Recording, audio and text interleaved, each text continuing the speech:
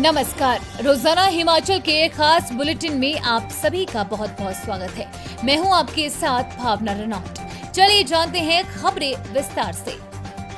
जल्द ही प्रदेश सरकार मुखिया और उनके मित्रों के कारनामों की वजह से बेनकाब होगी। जयराम।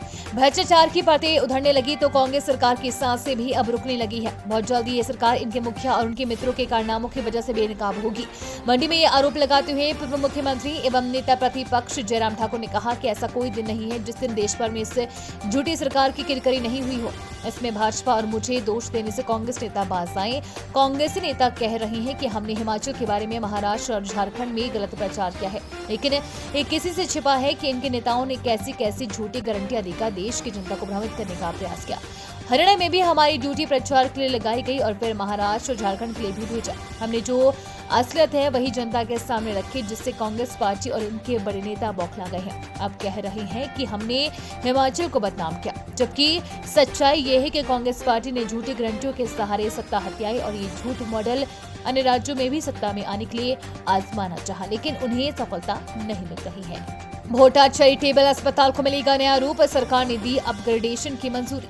हिमाचल प्रदेश में भोटा स्थित राधा स्वामी सत्संग व्यास चैरिटेबल अस्पताल के मरीजों के लिए खुशखबरी है। अस्पताल को अपग्रेड करने के लिए राज्य सरकार ने अपनी मंजूरी दे दी है और अब ये अस्पताल जल्द ही बेहतर सुविधाओं के साथ क्षेत्रीय लोगों को चिकित्सा सेवा प्रदान करेगा। इसके साथ ही सरकार जल्द ही इस अस्पताल की जमीन राधा स्वामी सत्संग व्यास प्रबंधन की सोसाइटी के नाम पर ट्रांसफर करने जा रही है।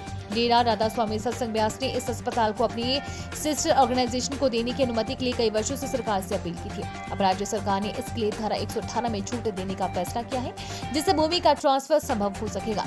ये कदम अस्पताल के अपग्रेडेशन के रास्ते को साफ करेगा और इससे स्थानीय जनता को उच्च गुणवत्ता वाली स्वास्थ्य सेवाएं मिल सकेंगी। प्रदेश में जीएसटी नियमों में बड़ा बदलाव, आधार अधिप्रमाणन प्रक्रिया को किया अनिवार्य।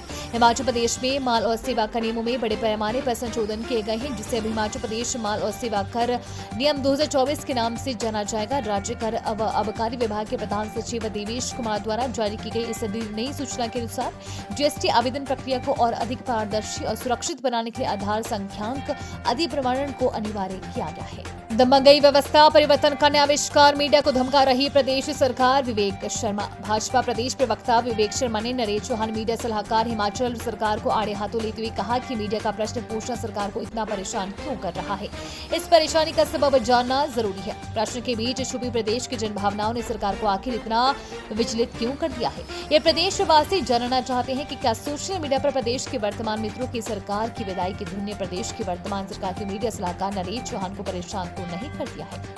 अभी तक वर्तमान सरकार के ऊपर भूमि माफिया, तबादला माफिया, ड्रग माफिया, शराब माफिया, खनन माफिया के इल्जाम लग रहे थे। अब दबंग माफिया भी दिखने लगा है।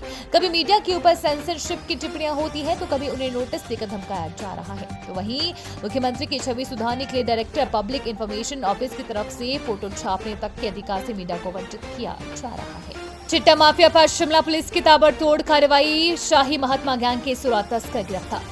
सेब के कारोबार की आड़ में चिट्टे की तस्करी करने वाले शाही महात्मा गैंग में 16 तस्करों को शिमला पुलिस ने गिरफ्तार किया है। चिट्टा माफिया पर शिमला पुलिस की ताबड़तोड़ कार्रवाई जारी है। चिट्टा तस्करी के मामले में शिमला पुलिस ने कार्रवाई करते हुए चिट्टा तस्करी के मुख्य सरगना शाही महात्मा को बीते दिनों गिरफ्तार किया था और अंतर्राज्यीय ड्रग रैकेट का भंडाफोड़ किया था। पुलिस की जांच में खुलासा हुआ है कि शाही महात्मा सेब के कारोबार की आड़ में पिछले 3 से 4 साल से रोहड़ू चिटगांव क्षेत्र में चिट्टे की तस्करी कर रहा था। शिमला पुलिस ने जम्मू कश्मीर के आरोपी से 468 ग्राम चिट्टा बरामद किया था। डीएसपी ठियोग सिद्धार्थ शर्मा और एसएचओ कोटखाई और ठियोग के नेतृत्व में एक टीम ने विशेष सेल के साथ शाही महात्मा के नेतृत्व में ड्रग रैकेट पर गहन कार्य किया है। उम्मीद है आपको आज का बुलेटिन पसंद आया होगा। इसी के साथ हिमाचल की तमाम खबरों को जानने के लिए रोजाना हिमाचल के पेज को फॉलो, लाइक और सब्सक्राइब करना बिल्कुल न भूलें। धन्यवाद।